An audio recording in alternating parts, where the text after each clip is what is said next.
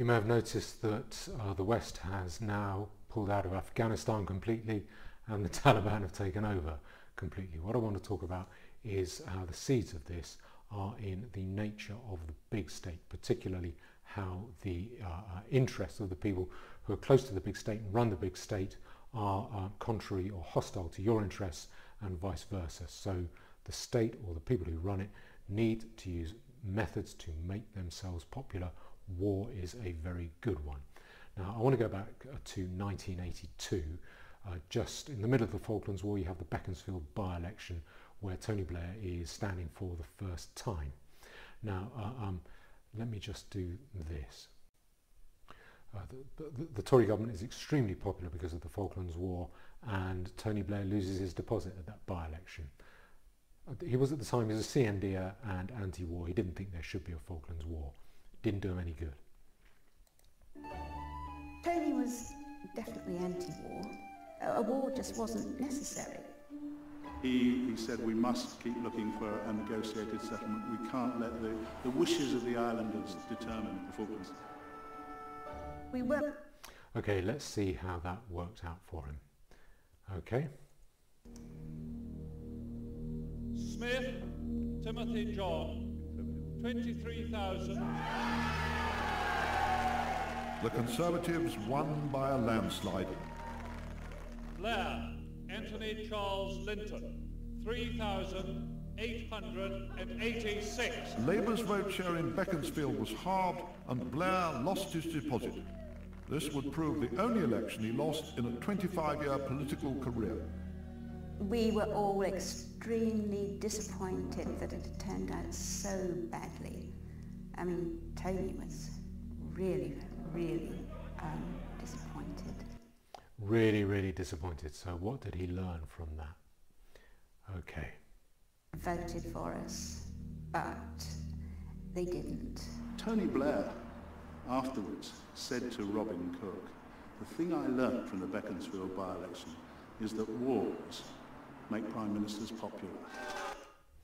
That's what he learned. Wars make prime ministers popular. So now fast forward to 1997 and Blair becomes prime minister and Britain is at permanent war throughout his premiership.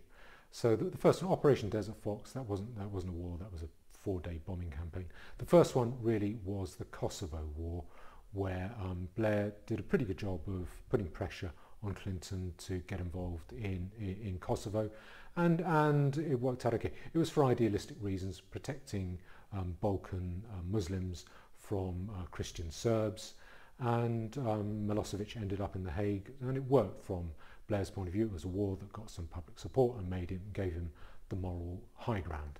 And as a result of that, he developed what was called the Chicago Doctrine. He went to Chicago at the end of 1999 and he talked about moral intervention, so the use of war for moral reasons. No longer is our existence as states under threat. Now our actions are guided by a more subtle blend of mutual self-interest and moral purpose in defending the values we cherish. In the end, values and interests merge. No, they don't, but he says they do. If we can establish and spread the values of liberty, the rule of law, human rights and an open society, then that is in our national interests too. So he's developing this doctrine of idealistic war. If we defend our ideals, we're defending ourselves. That's been debunked loads of times in history. Another very destructive character, Maximilian Robespierre in 1792.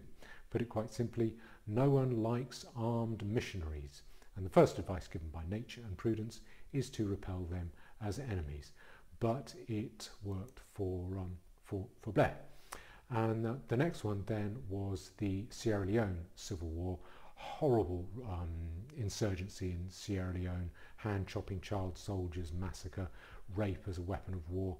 And the British forces go in to evacuate British citizens. They decide to expand the mission, prop up the government. They impose some kind of stability, and Sierra Leone stops being such a bloodbath. It's successful, it's idealistic, and the public are reasonably supportive of it. The next one then is the war in Afghanistan. Now this is where it really gets going. What you've had is the September 11 attacks. A few days later, just before the Afghanistan war starts, Tony Blair gets up at the Labour Party conference and he says this. It's quite toe-curling stuff. This is a moment. By the way, this is the high point of idealistic method acting by Tony Blair. Emotionalistic pauses and trembling voice. Just listen to it. I find it embarrassing. To seize. The kaleidoscope has been shaken. The pieces are in flux. Soon they will settle again. Before they do, let us reorder this world around us.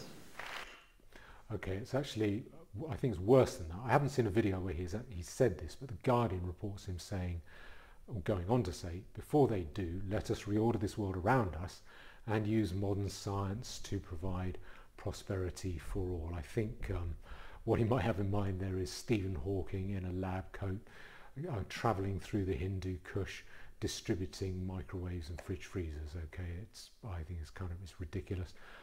He also said ominously, to the Afghan people, we make this commitment. We will not walk away, as the outside world has done so many times before.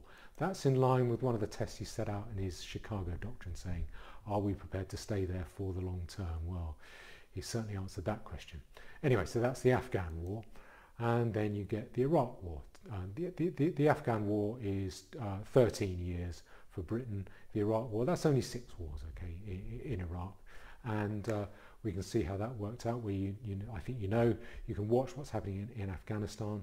In Iraq, if you go to Wikipedia, it shows what invasion and occupation, then instability and ISIS, and the current phase, according to Wikipedia, is present civil unrest and proxy war. So it hasn't been a resounding success.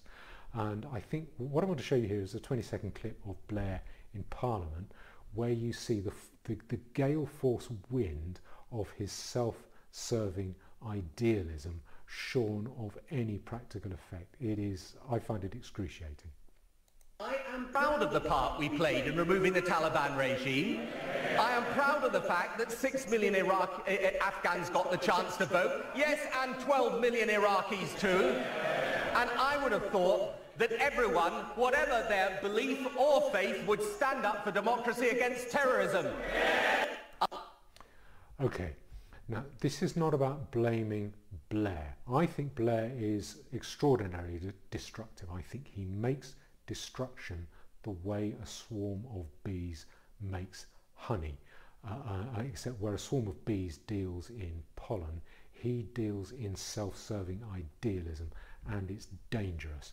But my point here is that I want to go back to the quote that in that Max Hastings documentary. By-election afterwards said to Robin Cook, the thing I learnt from the Beaconsfield by-election is that wars make prime ministers popular. Wars make prime ministers popular. This is not just something that Tony Blair knows. There are worse people than Tony Blair out there. What this is the big state. When the state gets beyond a certain size, it acquires interests of its own that serve the people who run it, the people who are close to it. And those people and those interests are hostile to your interests, and vice versa. And the big state and the people who run it will need to employ methods to gain popularity and to make you think that they have your best interests at heart. War is a very good one, and Tony Blair found a way to combine war and the moral high ground. It worked for him for a while, but we have paid for that in 2 disasters. We've paid for that in money, in lives, and in limbs.